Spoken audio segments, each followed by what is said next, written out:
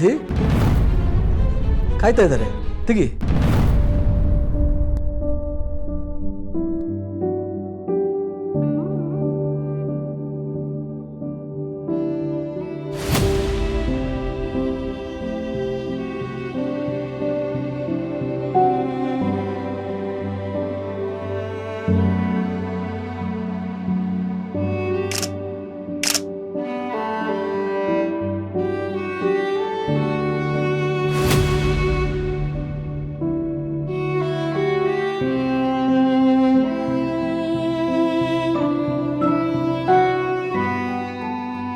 ಶಾಂತಮ್ಮನವ್ರೆ, ಹಾಗೆ ಇನ್ನೊಂದು ವಿಚಾರ.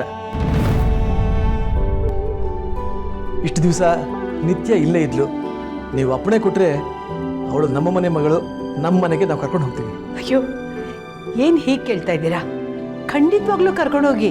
ನೀವು ಹೇಳ್ದಾಗೆ ಇವಳು ನಿಮ್ಮನೆ ಮಗಳು ಅಲ್ವಾ ನಿತ್ಯ? ಅಲ್ಲ, ಇನ್ನೊಂದು 2-3 ದಿನ. ನಿತ್ಯ, ನೀನು ಎಷ್ಟೇ ದಿನ ಇಲ್ಲಿದ್ರು ನಿನಗೆ ಬೇಜಾರು ಆಗಲ್ಲಮ್ಮ. ಆದ್ರೆ ಏನ್ ಮಾಡೋದು, ಇಲ್ಲಿದೆ ನೋಡು, ನೋಡೋಣ. ನೀನಿಲ್ಲ ಅಂದ್ರೆ ಮನೇಲಿ ವಿಲಿ ವಿಲಿ ವಿಲಿ ವಿಲಿ ಒದ್ದಾಡ್ತಾ ಇರ್ತಾನೆ. ಅದಕ್ಕೋಸ್ಕರ ನಿನ್ನನ್ನು ಕರ್ಕೊಂಡು ಹೋಗ್ತಾ ಇದ್ದೀನಿ. ಅವ್ರು 2 ದಿನ ಇದ್ದು ಬರ್ತಾರೆ ಅಂತ ಹೇಳ್ತಿದಾರಲ್ಲ, ಯಾಕೆ ಫೋರ್ಸ್ ಮಾಡ್ತಿದ್ದೀರಾ? ಕಾರಣ, ಹೆಣ್ಮಕ್ಳಿಗೆ ಯಾವತ್ತಿದ್ರು ತವರು ಪಂಚ ಪ್ರಾಣ.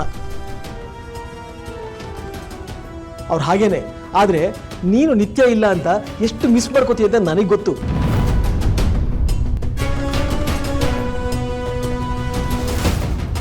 ನೋಡು, ನಿನಗೆ ಇಲ್ಲಿ ಹೇಳ್ಕೊಳ್ಳೋಕೆ ಮುಜುಗರ ಆಗ್ತಾ ಇದೆ, ಅದು ನನಗೆ ಗೊತ್ತಿದೆ.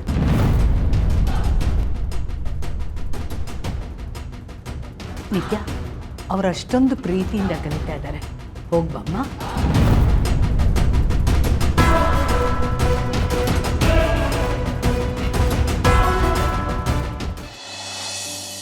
ನಿಧಿ, ಮುಂದೆ ಏನ್ ಮಾಡ್ಬೇಕು ಅಂತ ಇದೆಯಾ?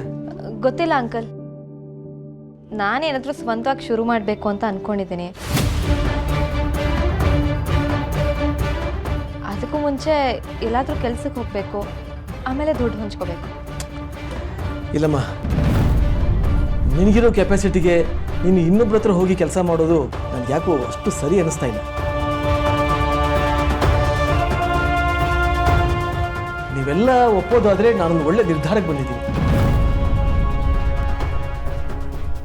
ರಮೇಶ, ನೀನೇನೇ ನಿರ್ಧಾರ ಮಾಡಿದ್ರು ಯೋಚನೆ ಮಾಡಿ ತಗೊಂಡಿರ್ತೀಯ.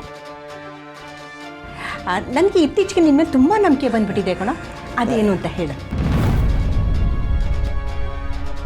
ಥ್ಯಾಂಕ್ಸ್ ಅಮ್ಮ. ನಿಧಿ, ನೀನು ನಾಳೆನೇ ಒಂದು ಕ್ಲಿನಿಕ್ ಪ್ರಾರಂಭ ಮಾಡು.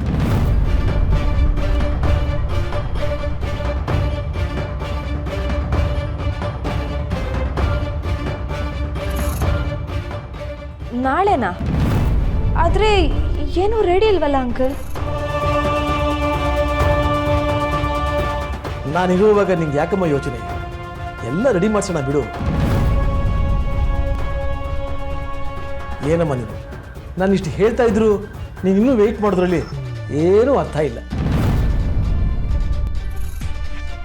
ಅಂಕಲ್, ಮೆಡಿಕಲ್ ಕೌನ್ಸಿಲಲ್ಲಿ ರಿಜಿಸ್ಟರ್ ಆಗಬೇಕು, ವೆರಿಫಿಕೇಷನ್ ಆಗಬೇಕು, ನಾವು ಕ್ಲಿನಿಕ್ ಓಪನ್ ಮಾಡಬೇಕಂದ್ರೆ ಪರ್ಮಿಷನ್ ಎಲ್ಲ ತಗೋಬೇಕು. ತುಂಬ ಟೈಮ್ ಹಿಡಿಯುತ್ತೆ. ನಾಳೆನೇ ಅಂದರೆ ಹೇಗೆ? ಹೇಳಿದ್ನಲ್ಲ, ಎಲ್ಲ ವ್ಯವಸ್ಥೆನೂ ನಾನು ಮಾಡ್ತೀನಿ. ಈಗ ಆಲ್ರೆಡಿ ಎಲ್ಲದಕ್ಕೂ ಅಪ್ಲೈ ಮಾಡಾಗಿದೆ. ನೋಡು, ನಾಳೆ ಬೇಕಾಗಿರೋ ಎಲ್ಲ ಸರ್ಟಿಫಿಕೇಟು ನಿನ್ನ ಕೈಲಿರುತ್ತೆ. This is my promise.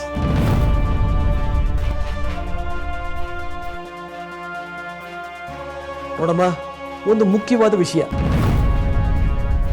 ನಾಳೆ ಕ್ಲಿನಿಕ್ ಉದ್ಘಾಟನೆ ನಮ್ಮ ಕರ್ಣನ ಕೈಯಿಂದನೇ ಆಗಬೇಕು.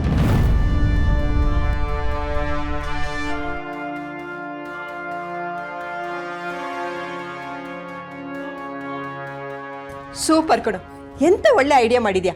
ಇದಕ್ಕಿಂತ ಸಿಹಿ ಸುದ್ದಿ ಬೇರೆ ಯಾವುದೂ ಇಲ್ಲ ನೋಡು. ಕರ್ಣ ಸರ್ ಇನಾಗ್ರೇಟ್ ಮಾಡ್ತಾರೆ ಅಂದರೆ ನನಗೆ ಹೆಮ್ಮೆ ಆಗುವಂಥ ವಿಷಯ.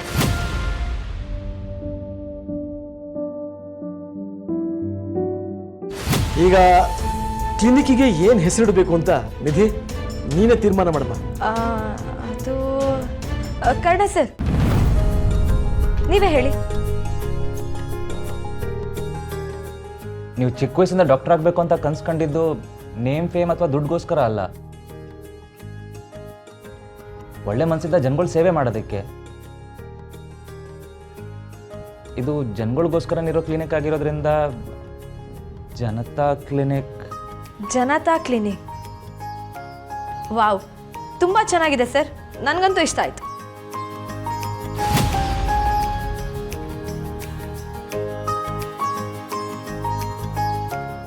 ಹಾಗಾದರೆ ನಾಳೆನೇ ಬೋರ್ಡು ಬ್ಯಾನರು ಎಲ್ಲ ರೆಡಿ ಮಾಡಿಸ್ತೀನಿ.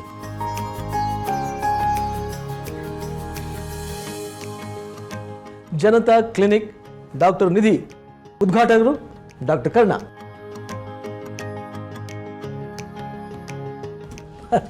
ಓಕೆ.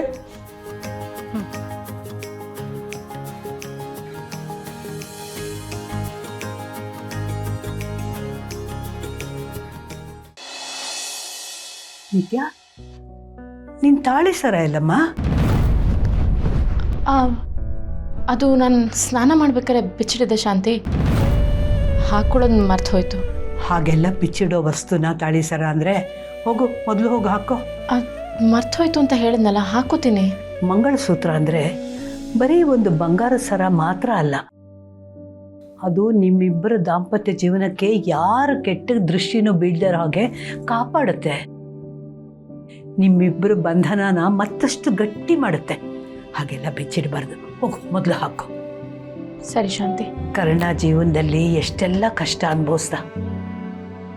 ಆ ತಾಳಿ ಸರ ನಿನ್ನ ಜೊತೆಗೆ ಅವನನ್ನು ರಕ್ಷಣೆ ಮಾಡುತ್ತೆ. ಅದು ಅಲ್ಲದೆ ಅವನು ನಮಗೋಸ್ಕರ ಎಷ್ಟೆಲ್ಲ ಸಹಾಯ ಮಾಡಿದ್ದಾನೆ. ಈ ತಾಳಿ ಸರ ಅನ್ನೋದು ನಿನ್ನನ್ನು ಮಾತ್ರ ಅಲ್ಲ, ನಿನ್ನ ಜೊತೆಗೆ ಅವನನ್ನು ರಕ್ಷಣೆ ಮಾಡುತ್ತೆ. ಅವನು ಯಾವಾಗಲೂ ಚೆನ್ನಾಗಿರ್ಬೇಕಲ್ವಾ ಪುಟ್ಟ? ಸಾರಿ, ಇನ್ಮೇಲೆ ಹೀಗೆಲ್ಲ ಮಾಡಲ್ಲ. ನಾನು ನೀನು ಅನ್ನೋದಕ್ಕಿಂತ ನಾವು ಅನ್ನೋ ಭಾವನೆ ಗಟ್ಟಿಯಾಗಿರುತ್ತೆ ಈ ಸರ ನಿನ್ನ ಕುತ್ತಿಗೆಲಿದ್ರೆ.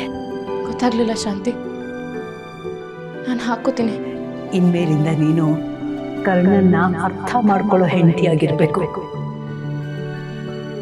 ಹೇಗೆ ಅವನು ನಿನ್ನ ರಕ್ಷಣೆಗೆ ನಿಂತ್ಕೋತಾನೋ ಹಾಗೆ ನೀನು ಅವನ ಬೆನ್ನಾಗಿ ನಿಂತ್ಕೋಬೇಕು. ಕರ್ಣನ್ನ ಚೆನ್ನಾಗಿ ನೋಡ್ಕೋಬೇಕು. ಅರ್ಥ ಆಯ್ತಾ? ನಾನು ಯಾವತ್ತೂ ಕರ್ಣನ ಜೊತೆ ನಿಲ್ತೀನಿ ಶಾಂತಿ. ತಾಳಿ ಸರ ಹಾಕ್ಕೊಂಡು ಬಾ, ನಾನು ಕಾಯ್ತಿರ್ತೀನಿ.